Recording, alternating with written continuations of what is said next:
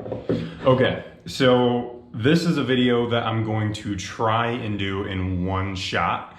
It's not a video that I intended on making today, but I wanted to give my input in it and get it out there this morning. I woke up this morning to my normal lazy Saturday routine, got up pretty slow, started drinking some coffee and started watching YouTube on TV. And I saw that Froning and Friends had released a new episode, and it wasn't a full-length podcast like their normal ones. It just said Elly's announcement, and it was 18 minutes long. So I clicked on it, assuming she was leaving CrossFit Mayhem. That wasn't the case. Evidently, Elly Kabboord, I hope I'm saying that last name correctly, tested positive for performance-enhancing drugs or some type of drug at the CrossFit Reykjavik Challenge. So what does that mean? That means she, if I'm understanding this correctly, she is currently under investigation. In that announcement, which you guys can go check out. I think it's a really good announcement. It's only 18 minutes long, so go take a look at that video. She has hired a lawyer. She's testing everything that came into her body. And it's one of those matters that it can be extremely polarizing. In no way, shape, or form am I for performance-enhancing drugs. I don't think you'll ever see me get into like the bodybuilding style competitions because that sport is very riddled with drugs and steroids, and I personally do not appreciate that, and I don't stand for that. However, we've been seeing a lot of CrossFit athletes test positive, and obviously that's something that we see in every single sport. Baseball comes to mind predominantly. We've seen it in football. We've seen it in just about every sport out there. But with CrossFit, it just seems like it's still so small or small enough that when somebody tests positive, it makes a really big impact. Last year, I remember hearing about Emily Abbott testing positive, and I listened to a bunch of podcasts or a bunch of stories with her telling her side of the story. And I remember thinking like, that's great. She's getting out in front of it. She's owning up to it. And she sounds sincere. Whether she did it or not, I don't know. There's the test that tested positive. And I kind of left it at that.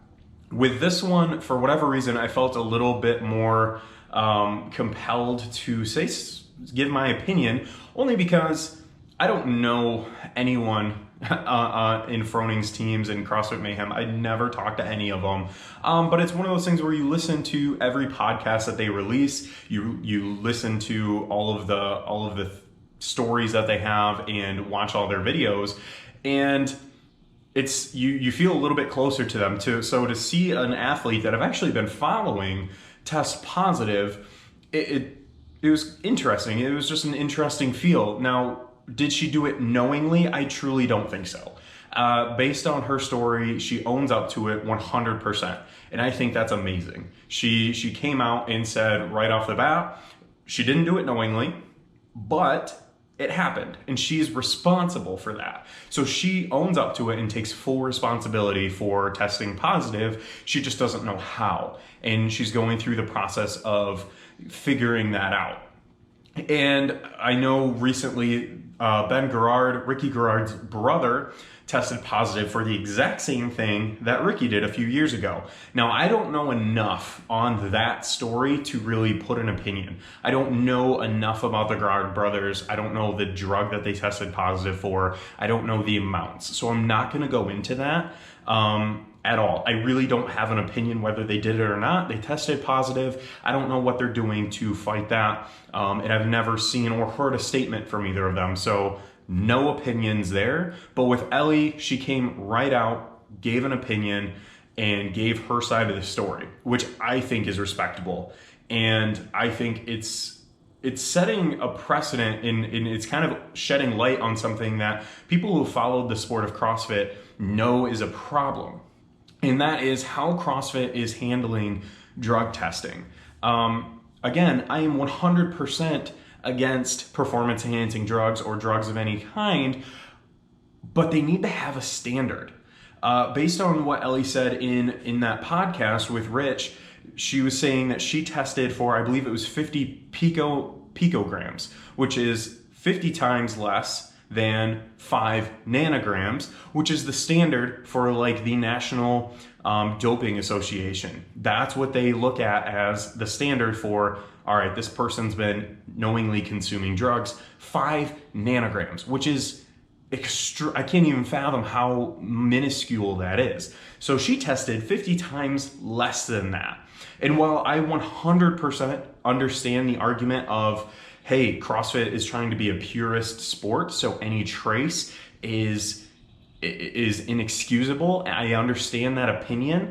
I also think there needs to be some variance there. And I think there needs to be some sort of follow-up with these tests. And I get these tests are expensive. It's not something that CrossFit can just throw out there all the time, but test again, do some follow-ups. When you have that minuscule of an amount that very well could have been just from an accidental ingestion through eating, she was in Iceland at the time, and in her announcement says that there were things that, you know, she took what she thought was basically a multivitamin and herbs, and maybe that was it. Doesn't know. But if it was a chance that it was an accidental ingestion, I think there should be a grace period with that minuscule of an amount and a follow-up and multiple random follow-ups if possible.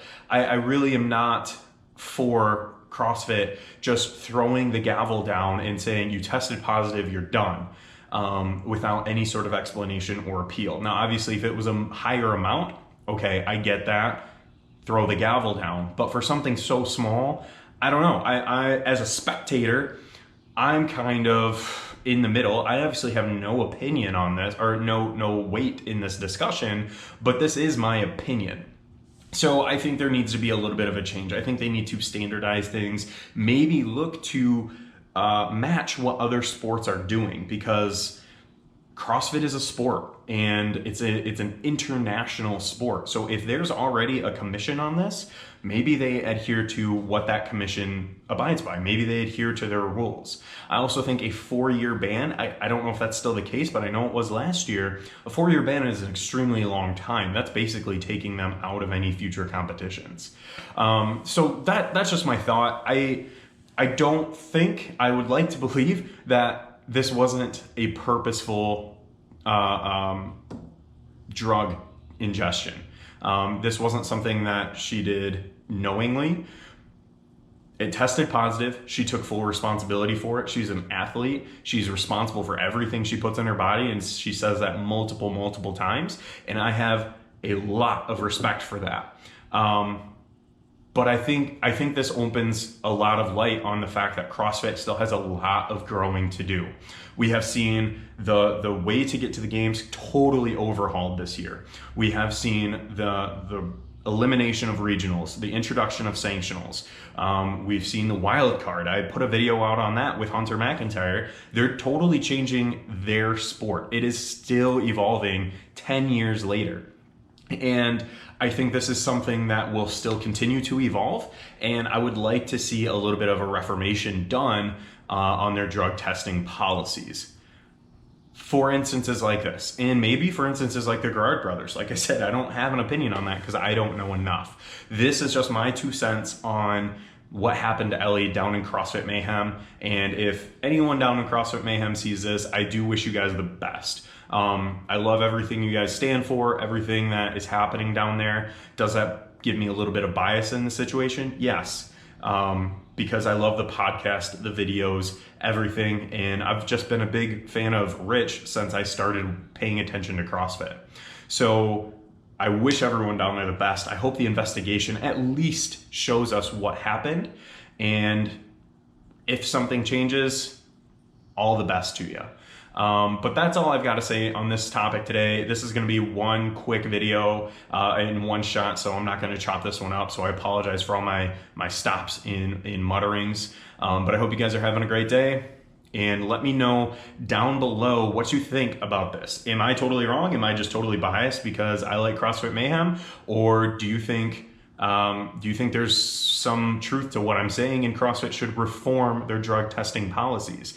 Let me know in the comments below. Make sure you hit a thumbs up on this video. And if you like this video or any others, I recommend hitting that subscribe button. All right, guys, until next time, we're all in progress. Have a good weekend.